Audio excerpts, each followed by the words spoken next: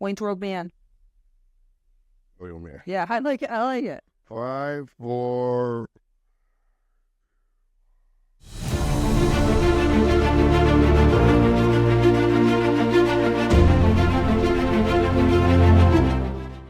Welcome to the Self Reality Podcast. My name's Angie Hanlon, and I am here with my brother, Nick Hanlon. Hello. And we are here to get real about reality. And we're getting real about a reality show, one of the oldest running ones, or I think arguably the one that sort of reinvigorated or brought back like real deal reality TV back in 2000. Do we know the year it started? I think it was 99. It's either 99 or 2000. And it's, Real World's probably the first one, but this is definitely the first game show type one. Yes, thank you. So like the first real reality game show type. And it is called Survivor. Right? It's definitely the first one that got like 20 million views and stuff back Crazy. when people watch TV. I think it's still getting like 13 million. I think it's still doing pretty well. They are. They're still on TV with Mr. Jeff Probst hosting every single season. What season are we on right now? 40 effing 7. 47. Oh my God. So we got another year and a half till 50, Yeah. which is very exciting. I can't wait for 50 because it'll be 50 the year I'm 50. Oh, interesting. Because I'll be 50 next year. Spoiler alert. And actually, speaking of spoiler alerts, before you watch this, if you haven't watched episode 1, season 47, all kinds of spoilers. The whole show will be spoiled here. This is a Spoiler reaction. show. Yeah. This is a reaction video. So before we get into it, Nick, let's talk quickly about, like, when did you start watching Survivor? Like, was it recently? Was it from the beginning? I started halfway through the first season. Same? Yeah, but I didn't want. I think by the time I started watching, they were already tribed up or whatever. I don't know. They're still watching it not together. tribed up. We might. I don't really Merged. remember, but they were merged by the time I started. I think. I definitely missed the first little bit. But then you hear all the hype, and back then we were still watching TV. And So yeah, I mean, it was something to behold watching that first season. oh, You watch the first season to how they do it now, it's vastly different. It was actually rougher back then. same timeline as Nick. I will say why I didn't start watching it because I was against it. Can you believe it? Fuck reality. I was like, oh, it's so like twisted and experiments on people or whatever stupidity I was thinking back then. I'm not, for me it was like I was all like, and then I heard all the hype and I watched like with the merge. I think the merge episode, and I'm like, this is amazing. And then it's been no turning back since then for me with reality TV. Hence me having a reality TV podcast. And I must go. Two things that haven't changed: Okay. make people hungry, make people tired, make people paranoid. 3. I meant to do 2, but Well, and then make people turn on each other. It is. tired and hungry makes people grumpy.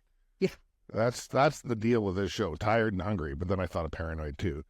But But that's just natural, I guess. that's an aftermath of the tired, hungry, and then they're all fighting against each other. It makes people so much more paranoid. It's crazy. And Yeah. grumpy, and it just makes people totally just go off. Whatever they think they're gonna do, they do it differently because I thought this was easy. You watch it on TV. I don't think that show's easy even now. Oh, I don't think I could do it. It'd be tough. I don't think I could do it. I think yeah.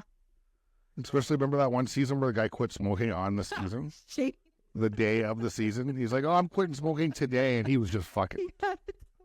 He was just twitching out. I'll try not to swear. He was just twitching out. But his meltdown, that we'll get to it. But that's the second biggest meltdown to me. I was going to talk about that. So we have the same thoughts. I remember when they went and they did a thing on an island where they gave it like toys to kids or something like that. Yes. First thing he did is find a guy and bummed the smoke off him. That'd be me. He was like high. He was so happy. He was the happiest man alive. Anyway, I'm so funny. Well, we did. Anyway. We digressed. We were talking about season 46. You said or 47? 47. So we're going to talk season 47. So let's get to it. I'm going to start. Actually, I'm going to ask Nick to start. Like, what are your key takeaways? Like, after watching like the 87-minute episode, what struck you? I mean, the cast is definitely interesting. Yeah. Like, Yeah. I mean, I mean, it's the first time I've ever heard Jeff really mention cameras in the first episode. Yeah. Because he's like, well, you're all alone, blah, blah, blah. He's like, and I know you got the cameras watching you, this and that, but you are going to have those moments of loneliness, and that's part of the deal, right? But he never really mentioned them. It's only the last couple of years where you've actually seen the cameras, which is interesting to me. It's kind of like the last season of The Office where they actually showed the cameras. It's like, oh, okay, well, they're now admitting, you know, there's cameras, there's guys there, which you all knew, but they just kind of never alluded to it at all, which I found, I think they did that on purpose. I don't think They absolutely. I think everything Jeff says is definitely Oh, it's planned. planned out. Can I break? I just want to make one comment to that. Sure. What that's called is breaking the fourth wall. Well, yeah, Deadpool does it. And they do it on all the reality show. Like, so just as a side note, all of like the Real Housewives, they never used to do it. They do that now. And they're doing that now. Talk about it. So I just think it's interesting that Survivor's doing it now too. I think Deadpool made it popular first in the comics, and then in the movies, now everybody's doing it because Deadpool's cool. It's not a reality. That's a comic book situation. Anyway, so what else did I? Everybody's pretty. There's very few. It's interesting. Like age gaps are very few and far between. As like say 20 years ago, where you'd have a 60-year couple 60-year-olds, you'd have a couple 50-year-olds. I mean, a lot of the time it is a majority of younger, but there's way less diversity that way. They really more focus on like LGBTQ diversity, and they really focus on trying not to have all white people, which is fine. Which is good. And It's just an interesting. It's just you see the times change, right? I like to see more old people though. You got to get 'Cause I'm- some 50-year-olds in there. Like I don't think there's any There's no 50-year-olds. yeah. Is there a Gen Xer in this one? Oh, I don't know. Sue's 59. Is that So- next? Yeah. She's an elder. She possibly is an elder. I think she might be a young boomer. Yeah, I think she's a. No. There is no Gen X. I have all the ages. There's nobody between Nope. 45 and 55 this season. Nope. 6 to 42. So it's 59, and then the next oldest is 43.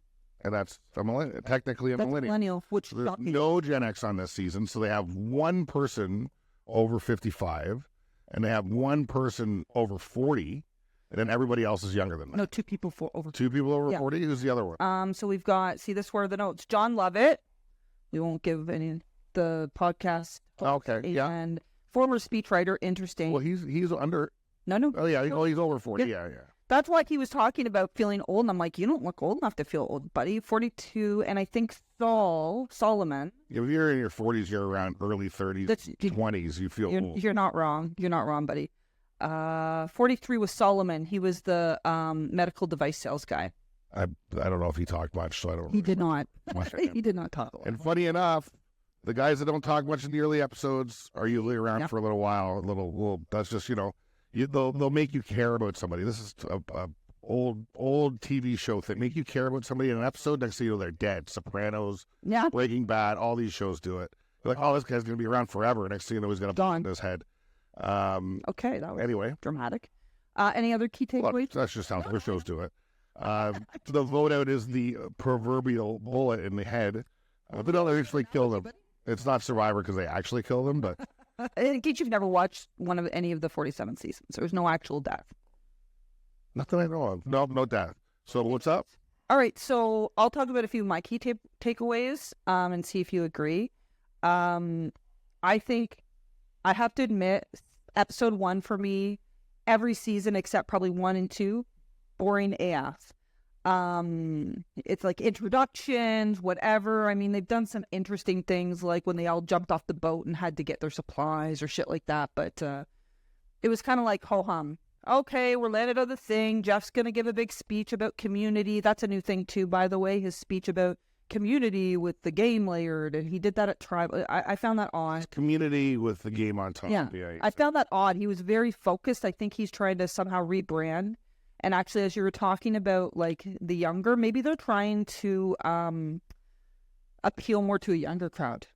It's exactly what they're trying to do. Because we're already watching. We're already invested. Right? I mean, I feel like in the next few years, Survivor will transition to just streaming, just like everything is. Yeah. Because I don't see it going away.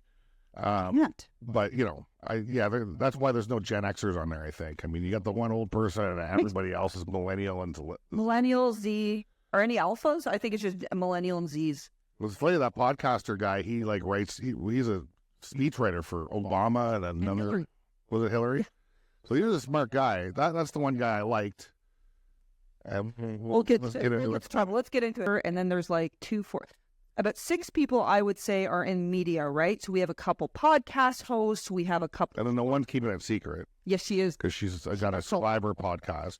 with someone from Survivor. Right. Rob, I can't remember. I can't remember. Oh, is she on there with somebody? Oh, I didn't. Not Boston Rob, because I thought, Boston Rob. No, it's Rob has a podcast.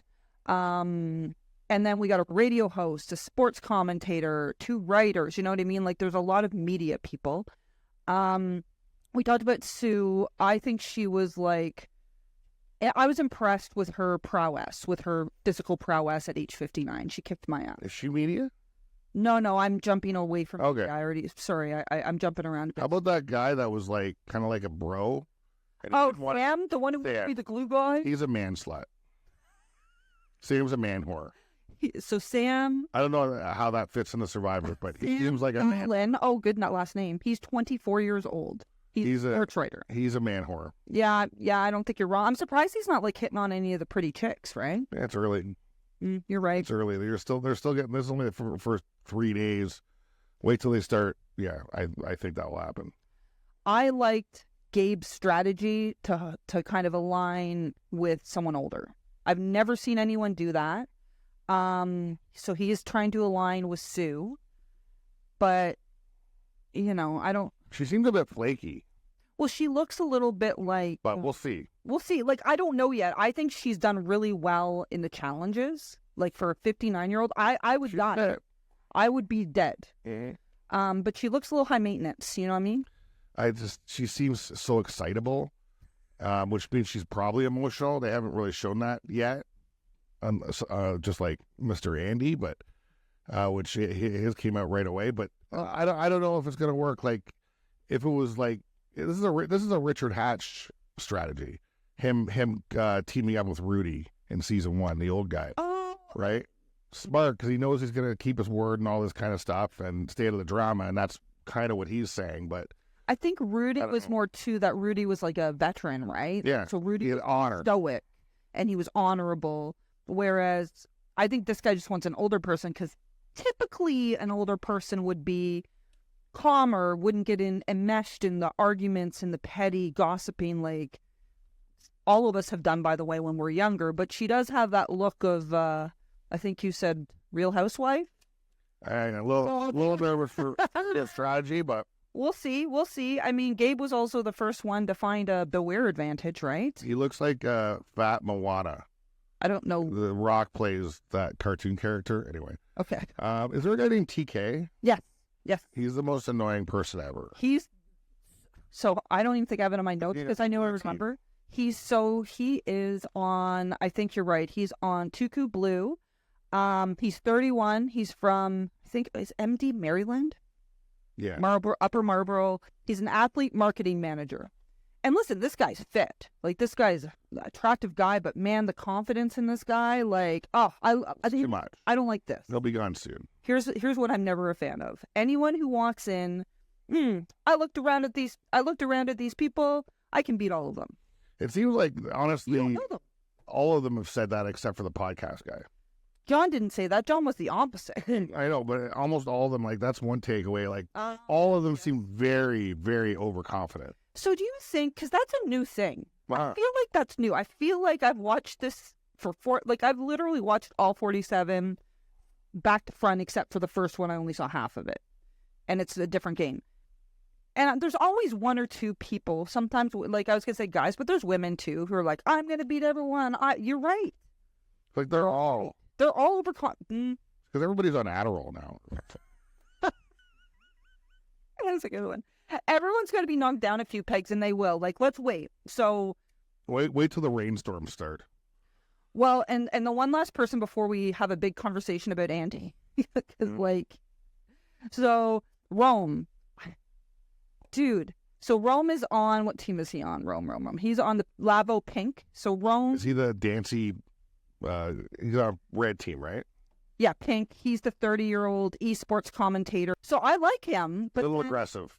Yeah, but then when he's going for the beware advantage, here's the thing. Like, I thought, oh, he's got a good personality and he's upbeat and whatever. But then I just, strategy is so terrible.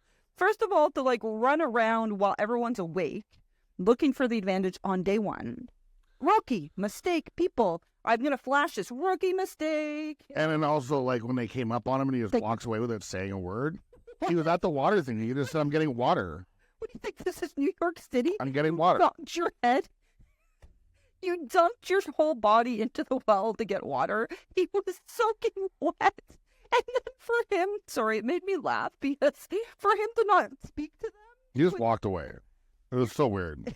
It's the worst. It's so awkward.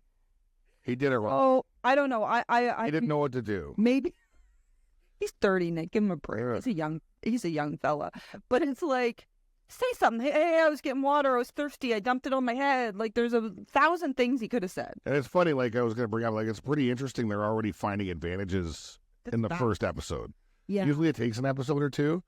And the other guy that found the one and fucking dropped it down the goddamn hill.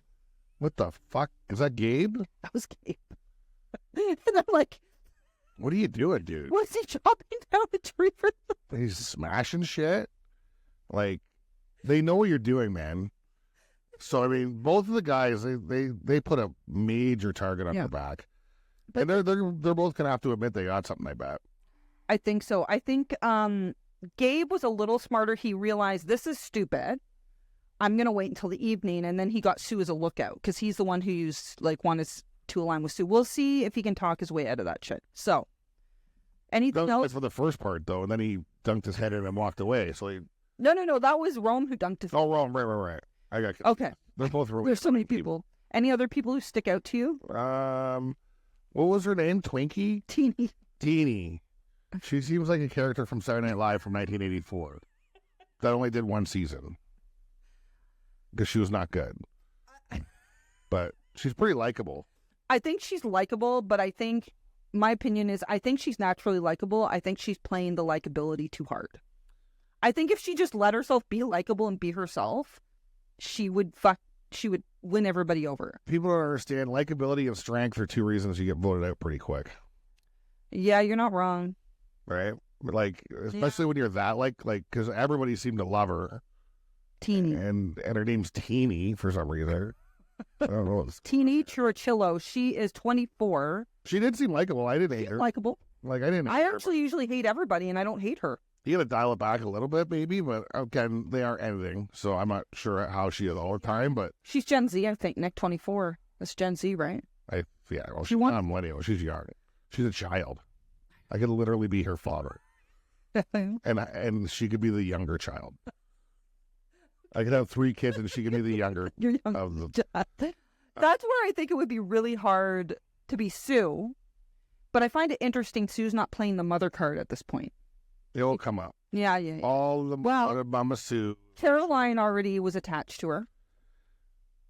Okay, so let's So him dropping the thing down the bottom. Yeah, okay. So now I got Andy coming up. we got to talk about Andy. And my first thing I texted Angie when I was watching it is Andy a serial killer?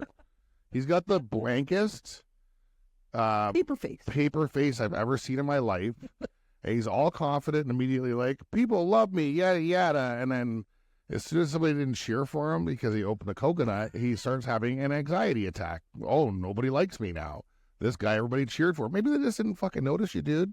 So first of all, He's there's something wrong. Like he got through psych eval. I don't know how he got through psych evaluation because like his overconfidence switched to complete and utter meltdown faster and maybe that's what they wanted. than the speed of light. Maybe, but like I mean, but Because you could see through his confidence. He didn't seem confident even when he was being confident. his blank. Did you notice his like he's like this and like there's a strange look on his face all the time that I'm not understanding. Like he might have bodies in his basement currently. Like, I don't know, but and then it was like I'm scared for what was that woman's name who he took to and then she didn't respond in the way he wanted? Rachel. And I don't know, man. There's something unnerving about him because like he's like I like Rachel. I really like Rachel. Like and he was friends with John. And John was super because John by the way, John's my favorite on episode 1. But like, he goes to talk to Rachel, and she's like, well, I don't think we should be alone too often because like that's suspicious. Like she's a game. Oh yeah, now I remember what you're talking about. Right? She's a gamer. So then what's the first thing he does? Like they have the video. It's so weird. They have the video watching him like restless all night, and then he gets up and he pulls her aside loudly so everyone sees. And so of course she's uncomfortable. He's trying to like open up his heart to her for some reason in the middle of the night, and then gets up Night 1. And then for some reason, because she's not responding how he wants, because she's actually paranoid, not because she doesn't like him, he starts spiraling. Like that's when he started spiraling, and it did not stop until bloody tribal. Yeah, he was just totally paranoid. Nobody likes me. Nobody likes me. All this. Nobody cheered when I cut a coconut. No one cheered. They cheered for the other guy. They didn't cheer for like I was like, what? This was alcohol hit. That's all. Actually, that's a question I have at the end. You think he's missing out on some medication? That guy, maybe. Yeah, I do. I like. Okay, I'm gonna ask it now. So we know they all, and I'm gonna actually do a deep dive. Maybe do a short on this, like on the psychiatric evaluation. I'm sure they all have to have. Do you think they allow anyone on here that needs medication for mental health issues? Or no? I'm just curious, like, because he seems like he's got some, like, he actually, like, in all seriousness, he's concerning to me, which is why I think John responded the best to him when he had that meltdown at the immunity challenge. Because some of these mental health medications can heighten suicidal thoughts and all that in stressful situations. So I don't know how they would do. It's like that guy that got taken off because he didn't tell them about the medication he was supposed to be taking, like last season or 2 seasons ago. But he didn't tell them he had a thing. So that's a good question. Is there a medicine? Does anyone know? Like, if you know, like, is there any they get administered medicine during it? That's what I mean. Do they administer even like medication? Like, has anyone diabetic been on? Has anyone, you know what I mean? They had that girl that's allergic to everything, and they didn't give her extra food and shit. Yeah, so I'm just. She didn't shit for 20 days. She said last season. Remember her name? I know. I can never remember anyone's name. The one I kept on telling everybody she's a millionaire. Now I remember. Oh my god. Yeah. Okay, so I'm going to talk about what I think the most scary thing that happened with Andy. So at the end of the immunity challenge. The first one or the immunity, so the last one. And it's another 19-part challenge. All the beginning ones are so many parts.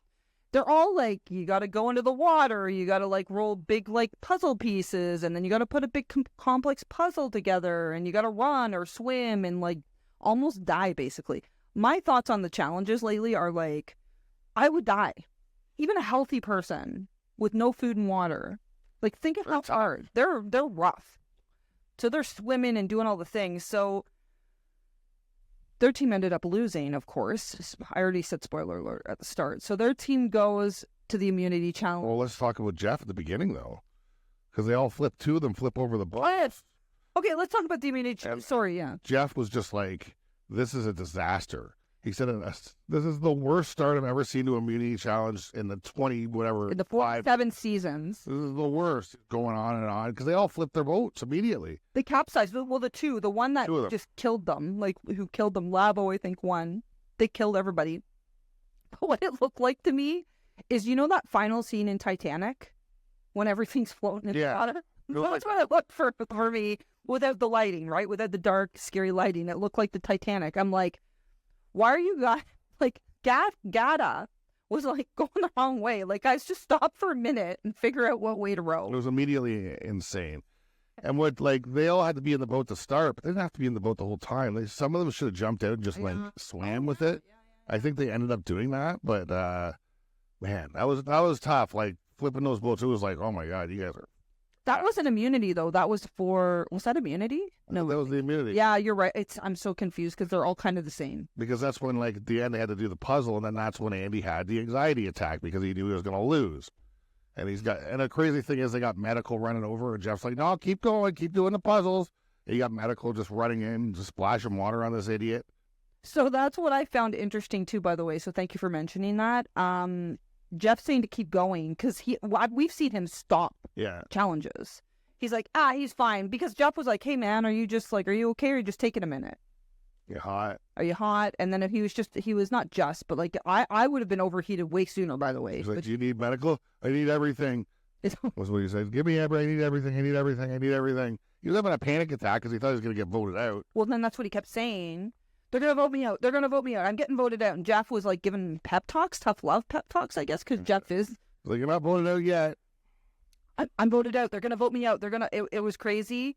So then let's talk about like the grand finale of that. So they all get him sorted out. So then what happens, Nick? He stands up, goes back to his tribe. The tribe lost. It was a disastrous one. They got their ass kicked. Asses kicked to like next wave, whatever, to Sunday or however you put it.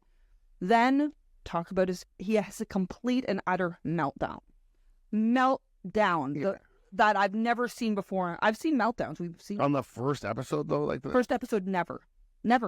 The only one closest was that crazy chick you just mentioned, too. She had a meltdown. Remember, she had her crazy meltdown. Not episode 1, though. No, it was halfway through. Like, the episode 1, total meltdown. Nobody likes me. Nobody cheered when I cut a coconut. No, like, what? What? Yeah, You have going on about the coconut. And then he of course throws the podcaster. What's the guy's name? John, He's like, I'm gonna throw him under the bus just to win. I was going to. That's the last thought I had before I fell out, like I passed out or whatever. Was my only friend, my best friend here, John. I was gonna throw him under the bus. Which is what he just did. Which Because he put his name in everybody's mind. And John, he was my favorite. He's the only guy I really like. I really liked him. John Lovett, not Lovitz, by the way. Lovett. I kept And when you look, John, he actually has a Wikipedia page because he was a speechwriter Yeah. for a while, and it says not to be confused. It actually has with John Lovett. Lovett. So John actually spoke really well. I think he handled himself really well, but like, again, spoiler, it was too late. You know what I mean? Like Tribal was sort of like, okay, so let's talk Tribal. I mean, first Tribal. Well, even before Tribal, like Andy's trying to do a play with John, but the way that John's the podcaster, yeah, and the way they cut it, of course, obviously he had some other conversations, but when you're watching it, you're thinking, okay, they're both going to vote for Annika, right, the project manager girl. Yeah. And I mean, she seems like she got to stick up her ass, but she also seems pretty smart. And then they go to tribal council, and Andy's like, "Oh, I was, I'm sorry, I threw everybody under the bus." And John, of course, is like, "Well, you only threw one person under the bus." Just me. And he's like, "Well, It was just me, actually. yeah." And then you only threw one person under the bus. So, and John, I mean, ultimately, John gets voted out, and it made me very sad because, like, Yeah, and Andy behind his back definitely was talking to all the other ones because he didn't. There was only one vote for. it was his. He Yeah. voted for Annika. And just to pause for a second, I actually relate to Annika because she wanted to be quiet. She didn't want to be like the leader, but she just couldn't help it. Everybody's goofing around. And she's like, "Let's get the shelter. Let's get the water. We got to sleep here. Dude, like, They're not going to come in and do it for you.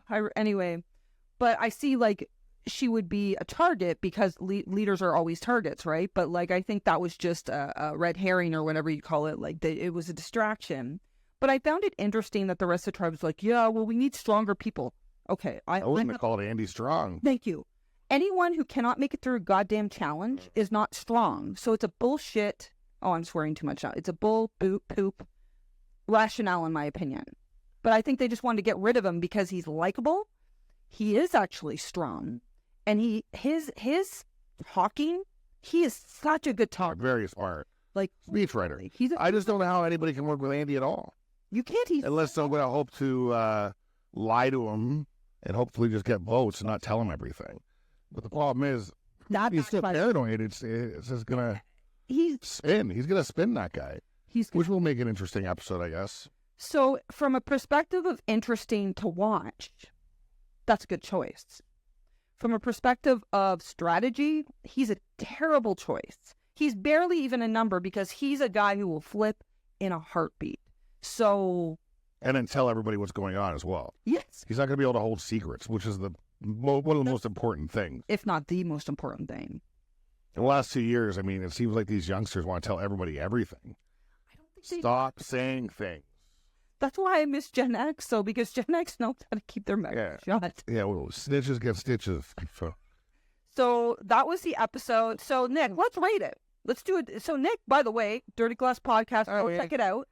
Dirty Glass Podcast, just put it into YouTube and go subscribe.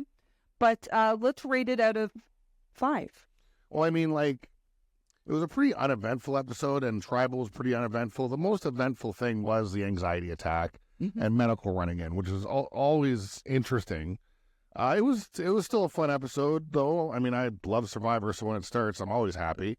I don't know, 2.8. Okay. All right. Pass. Yep. It was good. So I'm not gonna watch it again, but So I'm at 2.5. So for those of you who are upset with the 5 scale, it would be a 5. So 50, just pass. yeah, It's a pass. It wouldn't have, had it not been for Andy, and this is why I have a hard time saying, whatever about him, like, you should have voted. I mean, from a strategic lens, they should have voted him out. From a TV lens, keep him.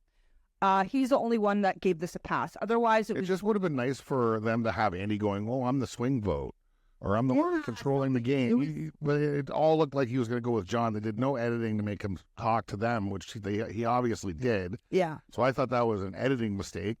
They should have showed both sides a little bit. Which they normally do. They usually do, but when things look so black and white, though, you got to understand it never is. So I'm at 2.5. Nick's on for an episode 1. So 50%, not bad. It's a pass. I watched it. It was episode okay. one's always there. They're always humdrum. They're probably the worst episodes. You just get to know anybody. So- unless it's like an all-star. The all-star first episodes are always great because it's you know everybody. Who's this and who's that? You have a relationship. You have a what is it called? A parasocial relationship or something like that when it's a celebrity or whatever, right? But then you see them with all the other ones. And then how different, right? How are they going to interact and how will they be different? And Season 50, they've already announced an all-star. have they? Yeah, Jeff was talking about it before the episode. He says they've already got it nailed down to, I forget how many, because they started with 98 people and they have it down to like 30-something. And there's probably going to be somebody from this one too, so they don't know. I wonder if they're going to pick somebody from each season. Well, that would be 25. No. There's 47 seasons. Well, but 48, 49. So one person from every season and then a bonus person or something. What if they did one person? It's going to be season 50. They can't be. Oh, yeah, you're right. Right? That'd be a lot. True. So how many would they do, though? Because this one's 16. Or no, 18, sorry. 6 times 3. I think it could be a bigger one. Maybe 20. Okay, but you're right. Maybe like 24. They might do more. Okay, well, There'll be a couple double eliminations. we digress. Will The pirate guy be back? Who, Russell? No. Oh, Rupert? Rupert? Oh, okay. So, I can see Boston Rob coming back Okay. from the old school. you're ruining my last question. Oh, Not okay. ruining Go ahead. But I had a fun question for you. All right, let's go. Okay, so anyway, that ties up the episode. Thank you guys for watching this, but we're going to continue talking. Let's talk about contestant names. I realized I've watched every season, and I probably couldn't name more than 10 contestants. No. So, It goes away as soon as I watch it. me too. So, let's see if between us two, can we name 10? I bet we can name 10. Well, I mean, yeah. I've already got You already Rupert, named Rupert, Richard Hatch, Richard Hatch, Rudy, Rudy, Boston Rob, Boston Rob. Who's the one that went to a row? Amber, right? Yeah, Amber. Poverty, Poverty. Who's the one that went 2 in a row? Colby, right? Who's in Edith, Colby. She was Rob and her were in that one season where they were like the wolves. Sandra. Sandra. Sandra. How do we forget Queen Sandra? And not from this season, obviously. We're not going to mention. So that's 9. And how about Oh, Russell. Remember that evil guy? Russell? Yeah, Russell. That's 10. How about Johnny? Johnny Fairplay. Johnny Because he Fairplay. was on House of Villains or one of those spin-off shows. There's spin-off. I don't think he'll be back. No, I think he screwed over Jeff Probst or pissed off Jeff Probst. So we got 11. There was a wrestler. I forget that girl's name. She wore the wrestling boots. Oh, I'm so annoyed. See, Nick, we got 11. But I don't know. We did get Kim. a There was a Kim There was a Kim. who I think dated Jeff. Wasn't it Kim from early seasons that dated Jeff? She was in that movie, The Animal. So we got 11, maybe 12. Who's Okay. the Navy guy? Man, he was awesome. Yeah. Oh, I can picture him. Yeah. He won like every challenge. And we got Boston Rob and Amber. See, okay, so think about it, everybody. There's been 47 seasons. And there was that girl that was on a tribe, and she was like the last one on the tribe. Oh, by herself. Yeah. And she didn't win that season, but she won the next season, which was like an all-star season. She was awesome. Terrible names, though. So I have a couple of like discussion questions left on. How could John have played differently? Like to stay? How could John, like what strategy? Is there any strategy that would have kept John? Because I liked him, so I want to just speculate. I don't know. Like maybe he was the only one that wasn't confident. He should have been the advice guy. He should have played up the older guy thing. He was trying to play on their level.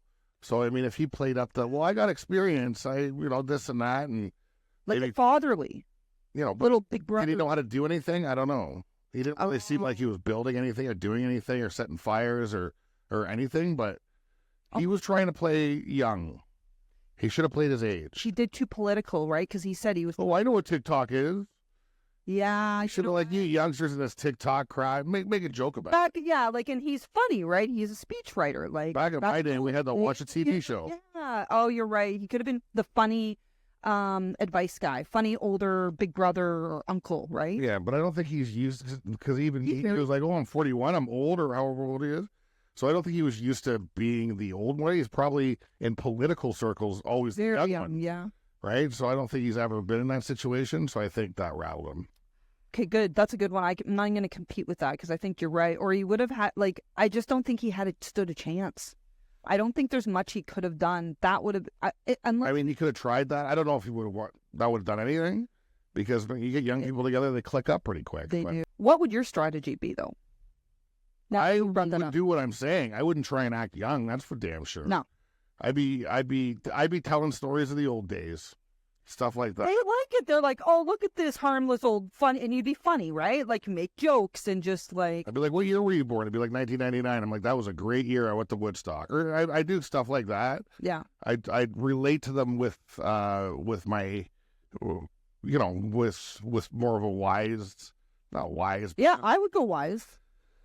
Just act your age and be natural because your fakeness comes across big time easily, especially for people that can read people. I would have never matched up with that. He should have matched up with somebody else. He should have tried to match up with the project manager girl, Annika. Oh, you know what? Because she's really intelligent, and he. Yeah, they're both gamers. I just think he went with the wrong guy. I think he went with the guy who was desperate for attention, and then and for me, bye. That guy would have been nope, and I would go talk to Annika. I'd be like immediately starting to drop like this guy's going to lose cannon. And he could have helped Annika dial it back, I think, because she's going to be kind of next online. So I relate to her in that she even said, and this is where I think wisdom does come into play. She's like, I came in here wanting to be quiet, and I just couldn't help myself. And she starts telling people, which I understand that desire, but she needed to dial it back.